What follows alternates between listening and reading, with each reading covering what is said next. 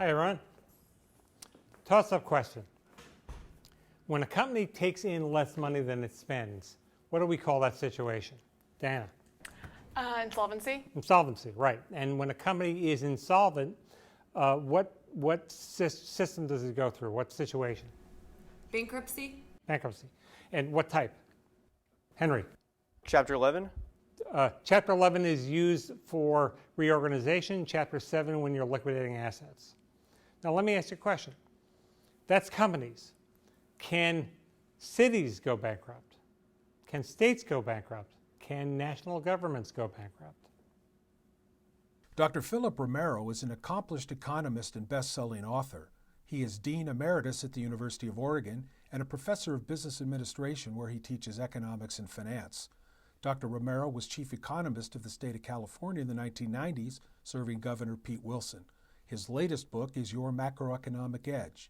Phil is noted for presenting complex economic principles in an easy-to-understand manner using current real-world examples that relate to our everyday lives. Each episode begins in his classroom with a discussion of the issues and people making news. Questions are encouraged on a wide range of subjects relevant to each student. Greece has been in the news lately. Didn't they get a bailout from the European Union? They're in a bad depression, so is the bailout working? I'm in the entrepreneurship club and am planning to start my own business after graduating. How hard will it be for me to find capital? How has this affected the global economy? My mom's boyfriend said that I should buy real estate. So, what is that? 19 of the 22 largest bankruptcies in world history were filed since the turn of the 21st century, half in just the last 4 years. General Motors, Chrysler, United Airlines, Delta Airlines, and Pacific Gas and Electric, a company that dates back to the 1906 San Francisco earthquake. The two largest were filed in September of 2008. The investment bank Lehman Brothers, founded in 1850, and Washington Mutual, the world's largest mortgage banker, accounted between them for more assets than the other 20 combined. $1.1 trillion, about the size of a large European country. Detroit filed for Chapter 9 municipal bankruptcy. Was that a firewall or a domino? It's a firewall in the sense you can contain the other 100 potential municipal bankruptcies if Detroit uses the time in bankruptcy to become solvent again. It's a domino if they continue to borrow too much, become insolvent, and spread their contagion to the other cities that are at risk of going bankrupt. We've heard a lot of talk about unfunded pension liability. What does that mean? Unfunded liability of any kind essentially means that you've made promises that you don't have the savings to pay for. Great example is if I have a 5-year-old son and I promise him that when he turns 18 he can go to any college in the country, but then when he turns 18 he says, Dad, I want to go to the University of Oregon, and I say, son, I never actually saved the money. That's an unfunded liability. I never funded the promise that I made to him at age 5. Well, the stock market crash of September 2008 scared a lot of people. Their 401ks plummeted. They had to delay retirement or cancel important life plans.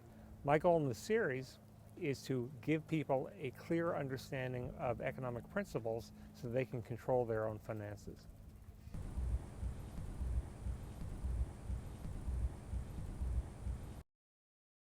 My deal with my students has 3 stages. Stage 1, they pay attention and they listen carefully. Stage 2, they gain comprehension and understanding. Stage 3 is they're satisfied because they can use the knowledge in their real lives.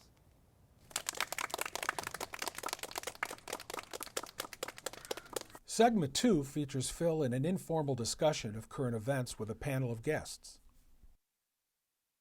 Phil, we just heard a compelling story about Detroit, but what I really need to know, so is this a blip or is it a trend?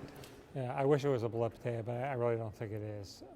Many cities in the U.S. have committed more funds than they can ever generate themselves. I think we're going to see a wave of municipal bankruptcies and maybe state bankruptcies in the future. A wave. So considering that wave would extend to D.C., is that on your radar?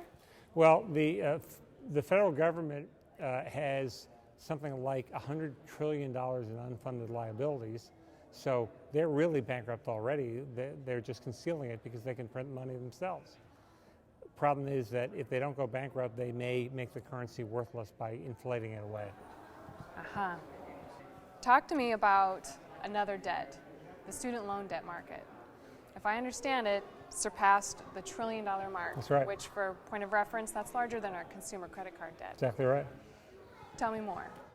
Well, higher ed is a bubble. There's too much demand for it. Colleges have raised prices too much, and students can only fund it through the kind of debt you just described. I personally think that this is an industry that's going to shrink. That debt is going to be unsupportable, and it will probably be the next federal bailout. Okay, so Henry, you're the president of the University of Oregon Entrepreneurship Club. Congratulations. Thank you. By the way, what does that mean? What does the Entrepreneurship Club do? Well, the University of Oregon Entrepreneurship Club is a group of over 100 students at the U of O, and what we're really trying to do here is foster a more entrepreneurial community at the University of Oregon. Okay, gotcha.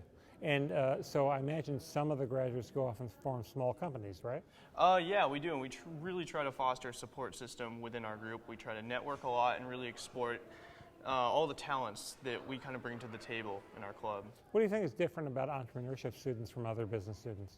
Well, I think entrepreneurship students, I think, have done a lot of self-exploration, just kind of have really looked at themselves and looked at kind of what they want and the system in life that they really want to fit into. And I think that they're, overall very passionate and creative group of people that are really fun to hang around. So you guys do Shark Tank? We do Shark Tank. It was a great experience. I even took part in it. We had a Shark Tank event that pitted the University of Oregon entrepreneurs against the Oregon State entrepreneurs. So there was some sibling rivalry, if you know what I mean, and it was a great time. Yeah, a civil war of the entrepreneurs, basically. Yeah, you could say that. Yeah. And you're interested in software, aren't you? I am. I've done a little bit of stuff with software and working on a few projects right now, and I do a little bit of coding myself, and I'm lucky because the barriers to entry are very low for that, especially since I don't need much capital to start. But we have a lot of people in our club who are interested in fields such as the food industry and stuff where the barriers are way higher and they need capital and they aren't able to find it right now a lot of the time. Are there any particular applications or niches of the software market you think are promising where you could monetize?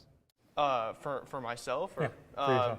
Well, I think that the recruitment industry of how companies and businesses and really anyone in particular is recruiting college students. I think the possibilities in aggregating that, I think there's huge potential in that field, in that industry. So just for the audience, describe what you mean by aggregation.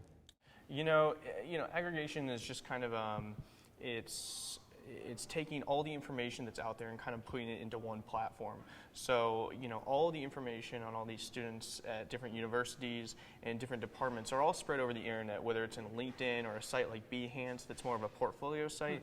And recruiters still have a very inefficient way in which they operate, recruiting college students. And having, there's a skills gap between what, the market wants and what a lot of college kids are able to provide, since because the specific companies aren't recruiting them from a younger age, which it's almost like kind of the ancient Greek apprentice system where they'd put kids into the system very young. I think that's almost what we're starting to kind of get to right now, but I think that's what aggregation can play into. Germans have done that very effectively for many years, and Americans really don't do it. Yeah. Well, Henry, since I have a vested interest in your success, I wish you nothing but much aggregate income in the future. Thanks for coming on the show. Thanks so much, Phil. Cut and wrap. We're done.